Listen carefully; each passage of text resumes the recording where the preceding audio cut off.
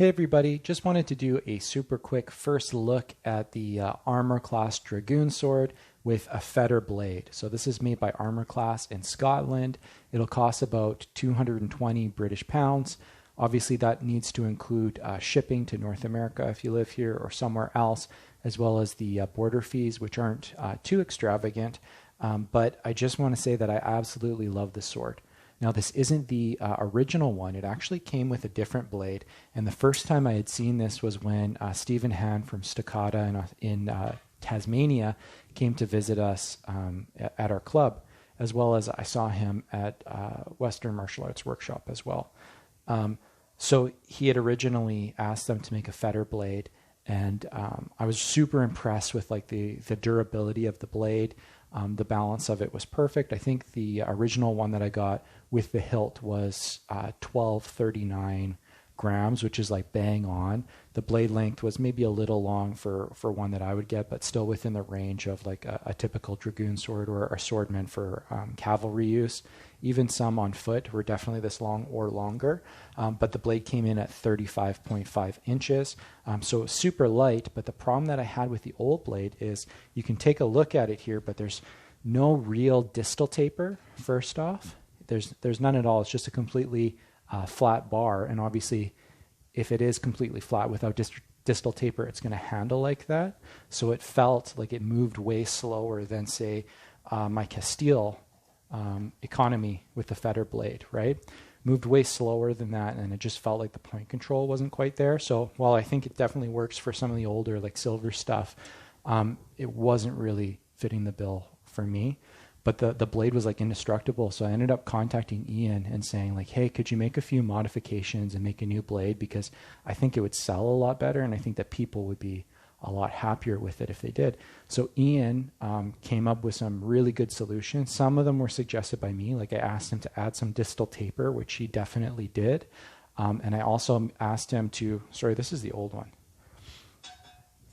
I asked him to add some distal taper, which you can see he did, but I also asked him to change the profile of the blade so it had some taper in breadth. So it was broader here and it actually got narrower near the tip, as you can see, whereas the old one was actually kind of the reverse. You can see it's really narrow here at the fort, and then it ends up getting broader.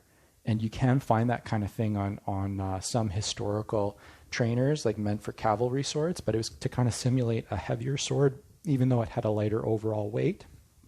And this is just absolutely like amazing. I almost feel like I'm cheating when I use this sword because of how light and beautiful it is. And I just love the hilt component. So you can take a look here, and right away you're going to notice that like this is a super high quality sword for the price. Like I don't know how they keep it this price, but it looks really good. It looks like just like something you pick in a museum, right? And part of what makes it so great is just the way you can see the way that the basket fits on is actually, it's attached, rather than going straight on the tang, it's actually attached to the steel ferrules on the hilt components. So that ends up saving it. The hilt shape is perfect. It has sunken nut construction, which is pretty solid. I put a little bit of Loctite in there because this is the second blade and they didn't have the hilt components to fit it perfectly, but after I put some Loctite on, it fits perfectly. But yours will be made, the first one I got was perfectly solid because they were made for each other, right? Like I said, I almost feel like I'm cheating with this because it handles so good, right?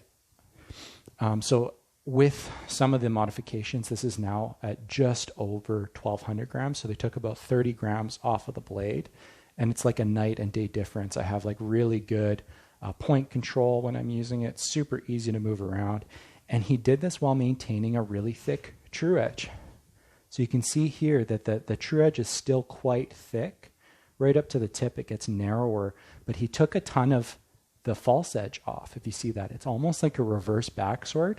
So the front edge is thicker than the false edge. And if you do broadsword fencing, you know that huge, overwhelming majority is done with a true edge. There's only really one technique that is done with a false edge. And you can argue with me because some people interpret Gorman's throw as a false edge technique. But if you take a look at, say, Angelo or The other one is Godfrey, and I did a write-up on this recently. It looks like that same technique that Paige is describing as Gorman's throw is actually done with a true edge.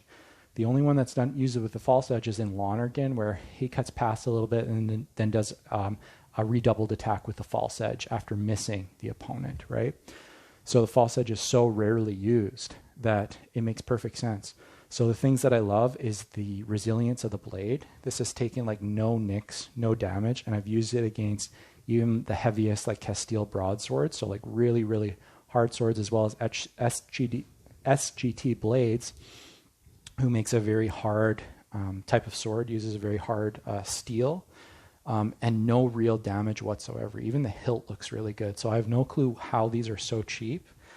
But I absolutely love it. The point of balance is at around 2 inches, so it just moves like a dream. And there's quite a bit. Some people have complained about these blades being whippy. The first one I got is not whippy at all. It's not flexible. It's about the same as any other broadsword that I would use, a pretty stiff blade. This one is significantly more flexy, right, in the thrust, which for me is a good thing. And the reason is because a lot of times with broadswords, I hesitate to thrust, and I prefer kind of a stiffer blade sometimes, but it also makes me hesitate to thrust because I don't want to hurt anybody. So you'll see me do a lot more cuts than thrusts. So if you compare that to the Castile, which is the most even comparison, this is the HEMA one, and you can see that it's a lot stiffer, right? I would still thrust with this, definitely, but it's a lot stiffer. So just be prepared that if you don't really like flexible swords, this blade might not be the best option for you, but it's certainly not wobbly when you're cutting with it.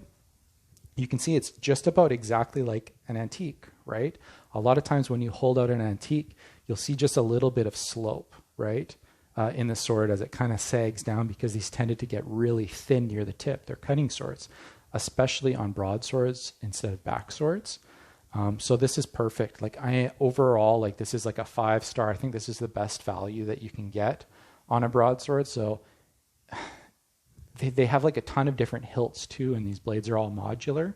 So if you want to get something nicer than this one, which to me, this is already like super nice, they have some really beautiful hilts. So I think I'm definitely going to buy more of these in the future. Don't tell my wife, but I'm definitely going to buy some more of these in the future. They're excellent swords, and I highly recommend them. I think my only complaint about it would be that it has a tip on it that's a rolled tip, you can see here. And so what I have to do is, it's a good idea to fill this with some latex to make it solid. It also means that it's less likely to break. Not that I've had one break, but they can break.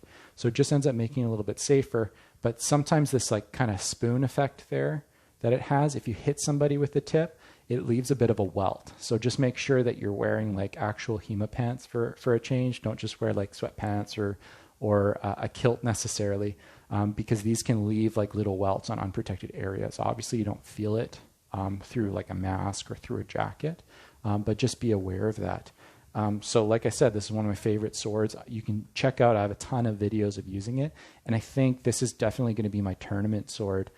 Because it's just such an advantage of having like a light sword that feels like an antique with a long blade, and it's really safe, like with the flex and everything. So I think I'll be doing my opponents a little bit of mercy too, because there's not quite so much weight in some of the blows. So definitely pick this up. I was really happy to have influenced some of the design on it and given my feedback, and they just took it and they did exactly what I had asked of them. So great job, Ian, and the crew at Armour class. I'm hoping that we were talking about maybe doing a couple more, or at least one more blade type together, blade design, which is interesting. But as far as flexiness goes, this is probably as flexy as I would want to go for a broadsword. It's still not as flexible as my rapier. It's not in the same class as that, stiffer than my rapier. And it's a little bit more flexible than the Black Fencer 1796 steel saber, which is a pretty flexible saber. So this one's even more so. So I hope you guys enjoy this sword. I know you will. As soon as you pick it up, everyone kind of oohs and ahs over it. You're going to love this sword. And it was probably even more flexy than the SCA version of the Castile Economy. Thank you.